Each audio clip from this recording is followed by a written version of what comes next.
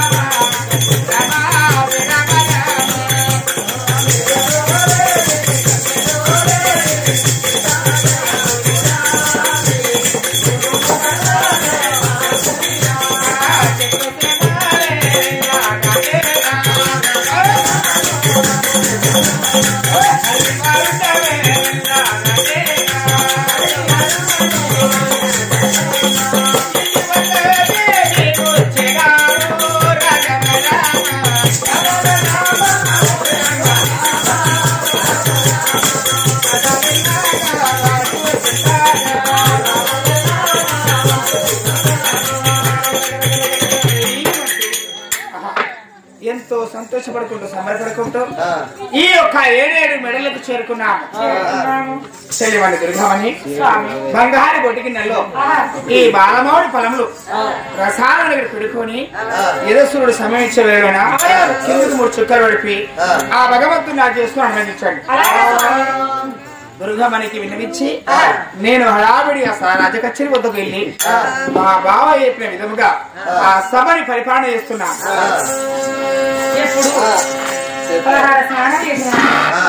ఆ భగవంతుడు 2 బాలమాడి ఫలముల చేత పట్టుకున్నాను. గగన దేవతలారా గంధర్వులారా అకలాండ కోటి బ్రహ్మాండ భగవంతుని వేడుకొని ఎప్పుడు 2 బాలమాడి ఫలములు అన్నగించినాను. చేతి చీకట్లు వదిలేసి ఒక్కళ్ళు రేకులకులుగా గర్భిణి ఏర్పడుతున్నారే. ఆ 9 నెలల వరకు కోరినట్టు నాకు కొడుకు పుట్టినారా కోరినట్టు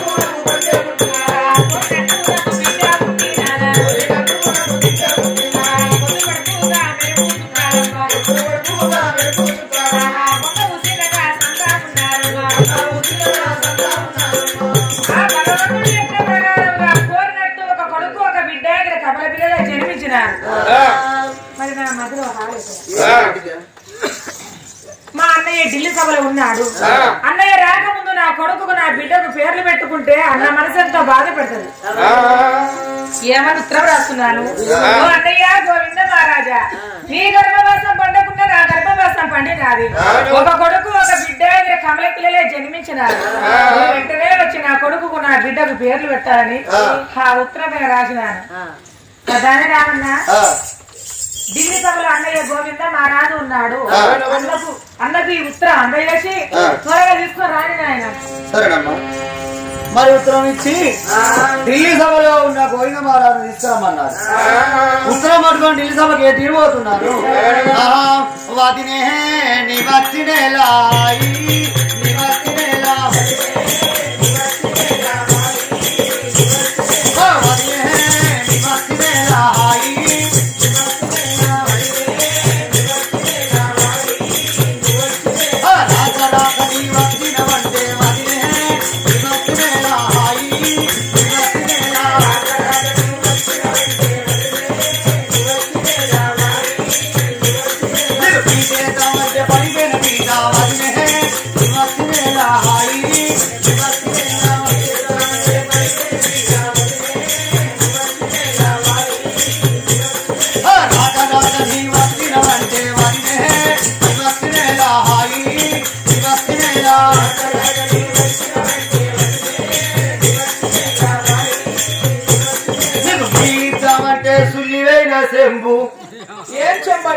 నీకు నీళ్ళిద్దామంటే సుల్లివైన చెంబు చిల్లి పడ్డ చెంబను రాక రాక మీ వదిన వచ్చింది. చిల్లి పడ్డ చెంబుతో ఇస్తావా? మంచి చెంబు బట్టి నీళ్ళు నీకు నీళ్ళిద్దామంటే సుల్లివైన చెంబు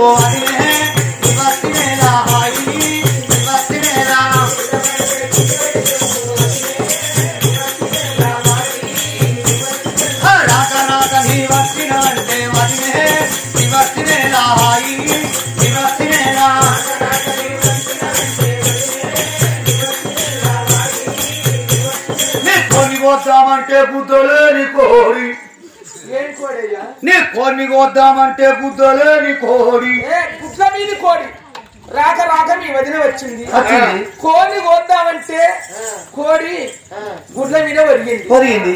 ఆ పొదిగిన కోడిని నువ్వు కోస్తే ఆ గుడ్లాగం అయిపోతాయి అని ఓ కిలంత మటన్ తీసుకొచ్చి వండి పెట్టు, లేకపోతే ఓ 2 కిలోల చికెన్ తీసుకొచ్చి వండి పెట్టు. ఇక ఏ చెర్లలో ఏ కుంటలలో ఉంచిన చేపలే ఉన్నాయి. రామప్ప చెర్ల చేపల పుస్తకం అది నా రామప్ప చెర్ల చేపలు మన గన్పూర్ పోతా అంటే రోడ్డుకు అమ్ముతా అంటారు. ఓ 2 కిలోల చేపలు తీసుకొచ్చి వండి పెట్టు. అమ్మో మా వదిన వచ్చిందని ఆ గుడ్ల మీద కొని కొయ్యకుండా దానికి 1000 రూపాయలు పెట్టి ఆడకూర తేవాలి. ఇప్పుడు 240 పెట్టి చికెన్ తేవాలి. మరి 200 రూపాయలు పెట్టి చేపలు తేవాలి. మరి మా వదిన వచ్చిందని రాత్రి పోతే ఎవరు చికెన్ ఇస్తారు? ఏంటయ్యా మా వదిన వచ్చింది చీకని అంటే ఈ రాత్రి ఎవరు చీకని ఇస్తారు? వదిన వచ్చింది చీకని ఏంటంటారా? మీ వదిన బాధపడుతుంది చీకని ఇవ్వండి అనుడు కాదు. మా వదిన వచ్చింది ఓ 2 కిలోల చికెన్ ఇవ్వండి, చికెన్ అనాలి. చీకని ఏంటంటారా? మరి ఏమనాలి? రాత్రి వాళ్ళు ఎట్లా ఎత్తారు? మా వదిన వచ్చింది చీకని అంటే ఇట్లా బాధపడుతుంది. చికెన్ చికెన్ అనాలి. మరి ఇదంత బాధ నాకెందుకు? ఆ గుడ్ల మీద ఉన్న పక్క కొన్నే గొత్తాయి. అయ్యో ఆ కోడి ఉంటే గుంపెడి పిల్లలు చెప్తుంది గుడ్లాగం అయిపోతాయి కదా. మరి ఆ గుడ్లాగం అయితే అనుకుంటారా? ఆ గుడ్లాగా కూడా గుడ్ల మీద నేను బొరుగుతా. నా దగ్గర లేదా వేడి నేను దింప నా గుడ్లు. కోడి 21 రోజు చేస్తుంది కానీ నేను 15 రోజులకి పిల్లలు తిప్పుతా. మంచి గుడ్డు కూడా పిల్లలు దిగాలి. అరే రాక రాక నీ వచ్చినవంటే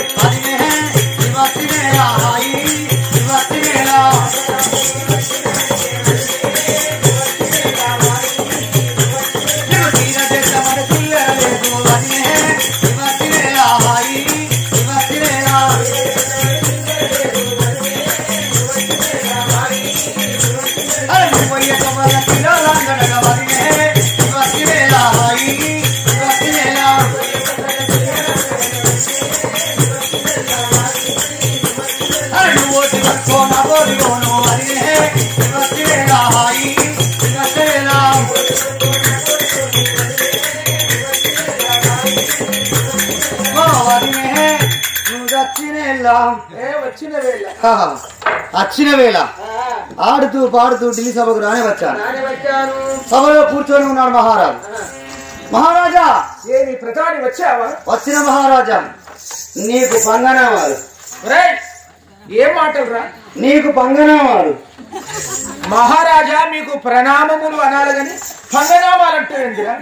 ప్రణామములు అనాలి. అయ్యా నువ్వన్నట్టే నువ్వన్నట్టే. సరే సరే ప్రధాని మన ఊరి జనులంతా క్షేమంగున్నారా? ప్రధాని మన ఊరి జనులంతా క్షేమంగున్నారా? ప్రధాని నా చెల్లె నా బావ బాగున్నారా? ప్రధాని నా చెల్లె నా బావ బాగున్నారా? నా భార్య సుభద్ర బాగున్నారా? ప్రధాని నా భార్య సుభద్ర బాగున్నారా? ప్రధాని ఊరిలో జనులంతా క్షేమంగున్నారా? ప్రధాని ఊరిలో జనులంతా క్షేమంగున్నారా? ప్రధాని అయ్యా మన ఊరిలో జనులందరూ క్షేమంగా ఉన్నారా? మా ఊళ్ళో జనులందరూ క్షేమంగానే ఉన్నారు. అలాగే మంచిగానే ఉన్నారు. నా చెల్లె బాగున్నారా? మీ చెల్లె బాగున్నది. నా భార్య సుభద్రాదేవి నా చెల్లెని నా భావని చక్కరగా అర్చుకుంటున్నారు. ఏమి చెల్లెని మంచిగా నడుచుకుంటాను. మరి ఆమె బాగున్నదా? మీ భార్యకి ఏమైంది? ఆ గౌడు బర్రకి తౌడు బత్తలు ఎక్కువ మీ భార్య. ఆమెకి నా బాధ వస్తున్నది. తౌడు బస్తలాగున్నది. ఇంకా బాణం పట్టింది. మరి మా భావయ్య రాజ పరిపాలన చేస్తూ పేదవారికి దాన ధర్మాలు చేస్తున్నాడు. మీ బావకే మోసం జరిగింది. అయ్యో మా బావకు మోసం జరిగిందా? మోసం జరిగింది. ప్రధాని అదేం మోసం రా? నువ్వు రాంగ సపడాక ఇటు ఢిల్లీపట్నం వచ్చాయి. ఎందుకు రాంగ నువ్వేం చేసినావు? రాజకచ్చి మీద కూర్చుని పెట్టి బావని దానకం కూడా కట్టినావు కదా. మా బావ చేతికి ఏం కట్టినా? దానకం కూడా దాన కంకణము. దాన కంకణం కట్టినావు కాబట్టి కంకణము కట్టాను. ఆ నెల అటే వేయింది బావకి. ఆ నెల అటే వేయింది. ఒరే నాకు అర్థం కావటం లేదురా నీ మాటలు. ఆలే అంటే వేయింది ఇప్పుడు 9 నెలలు బరాబర్ అయినాయి. మీ బావ డెలివరీ అయింది, ఇద్దరు కావాల పిల్లలు పుట్టింది. ఏమిరా మీ బావ డెలివరీ అయింది, ఇద్దరు కావాల పిల్లలు పుట్టింది. నోరు మూసుకో దరిద్రుడా. మగవాళ్ళు డెలివరీ అవుతారా? నాకే కదా ఆంధ్ర అంటారు ఊళ్ళే. ఈరసేన మారాకి ఇద్దరు పుట్టిరు, ఈరసేన మారాకి ఇద్దరు పుట్టిరు అంటే చూద్దామని దాని మీ చెల్లె వాళ్ళు ఇంటికి పోయినావు. వెయ్యి వరకు 2 తొట్టెలు కట్టి తొట్టెలు వేసి ఊపుతాను పిల్లవాడిగా ఊపుతాను. నేను వెయ్యి తొట్టెలు రామండి, నేను పిల్లల ముఖం చూస్తాను అన్న కక్క నా పేరు. ఇక ఇతల తొట్టలే వెయ్యి ఆ తొట్టెలు ఏమన్నా మీ చెల్లె బిడ్డ దగ్గర వేసి చూస్తే మీ చెల్లె బిడ్డ ముఖం చూస్తే సేమ్ మీ చెల్లెని చూసినట్టు అనిపించింది. ఏమి నా చెల్లెని చూసినట్టు అనిపించింది. ఓహో నా కోడలకు చెల్లె పోలికలు రావచ్చు. ఈమెకు తల్లి పోలికలు వచ్చి సేమ్ తల్లి లెక్కనే ఉన్నది. ఇక మరి పిల్లని చూడాలి కదా అని మళ్ళీ తిరిగి మీ అల్లుని తొట్ట కాడికి పోయినా. ఎక్కడికి? మీ అల్లుని తొట్ట కాడికి. తొట్టె ఉయ్యాలంటారు, తొట్టె అంటారు. తొట్ట కాడికి పోయి మీ అల్లుని వీకిన. ఏం వీకినారు? మీదున్నాయి పొత్తిగుడ్డలు. మీ అల్లుని మీది పొత్తిగుడ్డలు వీకి మీ అల్లుని ముఖం చూస్తే సేమ్ నిన్ను చూసినట్టు అనిపించింది. ఈ మేనమామ పోలికలు రావు. మేనమామ పోలికలు వచ్చినాయి. ఈడెక్కడే ఉన్నాడు సేమ్. అవునా? అవే కని బొమ్మలు, అవును, అదే ముక్కు, అవే మీసాలు, అదే పిచ్చ పిచ్చ బొచ్చ అంటారు, దీన్ని షాక్ అంటారు. సేమ్ నువ్వు ఉన్నట్టే ఉన్నాడు. ఇక డిటో. అవునా? జిరాస్ తీసినట్టే ఉన్నాడు. అబ్బా ఎక్కడ రాజుల కొడుకు రాదే మహారాజా నమస్తే కాలు మొక్కలేనా నా కాలు మొక్కుతారా మా అంకులు తీసుకురాబో నాకు బిచ్చ పెట్టుకుంటారంట. అంకులు మా అంకుల్ని తీసుకురమ్మని నీతో మాట్లాడిండే అందుకే నీ దగ్గరికి వచ్చిన. నేను నమ్మను. చిన్న పిల్లవాడు నీతో మాట్లాడిందంటే పురుడు ఎల్లగా కలిగే పిల్లవాడి నీతో మాట్లాడిందంటే నేను నమ్మను. నువ్వు నమ్మవు నా ఇలా మాటలు నీకు తెలుసు. అవును, నీ దొంగ మాటలే. ఇగో నా మాట నమ్మవు కాబట్టి ఉత్తరం కూడా రాసుకొచ్చిన. దీని మీద ఈ బావ సంతకం కూడా చేసిండు. ఏమని సంతకం చేసిండు? ఇత్తు ఈరసేన మారాలి. దీన్ని ఏమంటారు? ఇత్తు ఈరసేన మారాలి. ఇట్లు వీరసేన మహారాజు విట్లు అని రాశాడు రా. ఇట్లా అది విట్లు కొమ్ము పెద్ద ఇస్తా అనుకున్నాడు. ఇట్లు ఈ ఉత్తరం ఏమని ఉండాలి? ఏమని? అన్నయ్య గోవింద మహారాజా, ఆ భగవంతుని కృపతో దేవుడు దయతో నా గర్భవాసం వండాలి. నాకొక కొడుకు, నాకొక బిడ్డ కలిగినారు. అన్నయ్య మీరు రావాలే, నా కొడుకుని నా బిడ్డని చూడాలి అని నా చెల్లె నా భావాలకు ఉత్తరమును రాసి పంపినారు. చెల్లెలు వద్దాకైనా వెళ్ళి కోదా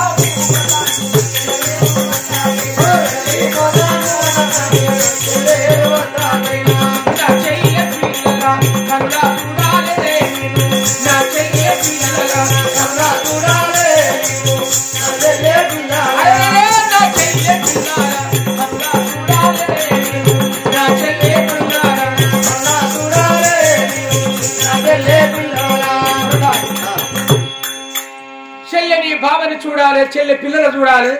రథము శృంగారించు, రథముపై కూర్చుండి పోదాలి.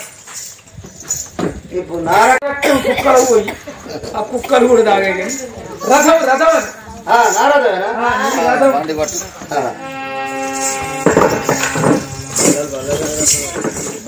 అయ్యా మరి రథం కట్టినా. ఇప్పుడు మనం ఈ రథం పట్టుకొని బాగా చూసినా అడిగిలో పెద్ద పెద్ద గుట్టలు ఉన్నాయి. ఆ గుట్టల మీద రథం ఎక్కుతా అంటే మరి లేవక అవుతుంది. నువ్వు వెనుక కూర్చోకు, నా నడిపించా కాడ కూర్చో. నడిపించే కాడకుండు మన దూరం కూర్చున్న కింద పడతావు, నడిపించా కాడ కూర్చోమంటారా? అవునా? సరే. పగ్గాలు పెట్టినవా? పగ్గాలు తోకల కింద పెట్టినా. కళ్యాలు కళ్యాలే తోకల కింద పెట్టినప్పుడు కళ్యాలు తోక కింద పెట్టినాక ఆ గుర్రాలు ముందురుకుతాయి. వాటిని ఆపాలంటే అవి ఎట్లా ఆగుతాయి రా? కళ్యాలు చూసిరావా? గొంతులు లేదు. నోట్లో పెడితే కళ్యాలు నోట్లో పెట్టి కళ్యాలను బిగించితే అవి ఆగిపోతాయి. కానీ తోక కింద పెడితే అవి ఎట్లా పోతాయి రా? తోక కింద కళ్యాలు పెట్టి ఉరుకుతాంటే ముంగరు దొబ్బుడే. తోక కింద పెట్టి దొబ్బుడే ముందర దొబ్బగానే ఉరుకుతాయి. అట్లా వద్దు కానీ పీకినప్పుడు అవుతాయి. వాటి నోర్లలో కళ్యాలు పెట్టి ఆ పగ్గాలు పట్టుకోండి. నోట్ల కళ్యాలు పెడితే అది మేదెట్లా పెడితే నీళ్ళు రావుతుంది. నేనే పిచ్చోని అనుకుంటా ఇంత అది నోట్ల కళ్యాలు పెడితే మేదెట్లా పెడితే నీళ్ళు రావుతుంది. మనం ఎక్కడికి వెళ్తామో అక్కడికి పోయినాక ఆ నోర్లలో ఉన్న కళ్యాలు తీసి వాటిని వదిలిపెడితే గడ్డి మేస్తాయి, నీళ్లు తాగుతాయి. కానీ గా తోక కింద కళ్యాలు పెట్టి పొమ్మంటే పోతాడు. అంతేనా? నువ్వు చెప్పినాడు సరే నువ్వు ఇట్లా పెట్టినా కళ్యాణి. ఆ రథముపై కూర్చున్నాడు ప్రధాని. ఆ రథమును చూడాలి, కలిస్తా. సరే నడుము నడుమే గుర్రమా